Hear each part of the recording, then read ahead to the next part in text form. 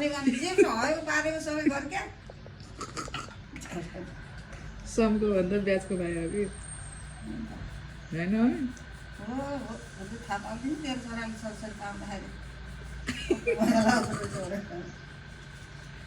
यत्रो बुढो भएको नाति र तेल घस्दिएर तेरो नातिलाई भन्नुहुन्छ हुँ? ल पुगेको भन्दा यसको आँख लाग्छ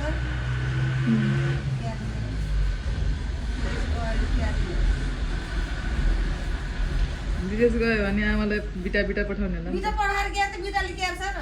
आफूलाई साह्रो चाहिने बेला विदेश गएर क्यार लियो झ्याउ भनेपछि पठाउने होइन नातिलाई बिटाले क्यार लियो त्यो बिटा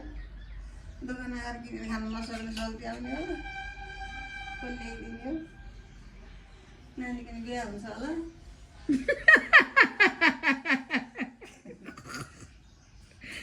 यस्तो यस्तो कुराले त अनि ज्यान खान्छ त बाबा खान्छ त बिहान खानासँग खाएको चाहिँ अलिअलि पछि त कति खाने नसकेको बेला नाति के छ विचार हुँ? अहिले आमा आमा भन्दैछ भुल्दैछ त्यस्तो भुल्छन्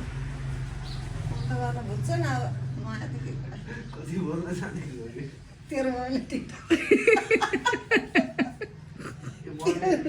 टिकटकमा हालिदिनुहुन्छ कि रे आमाले त्यो? हाल्नुहोस् कि फेरि नबोल्नु त।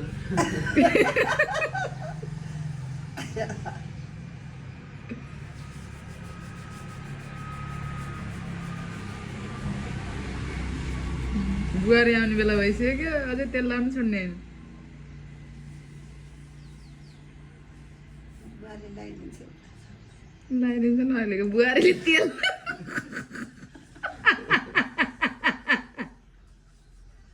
नलाएर सोपाउँछ अनि बेला त म आयो होला नि हामीलाई नगरे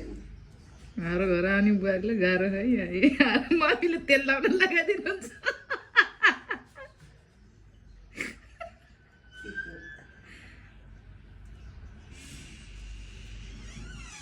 सिकाउनु त यसो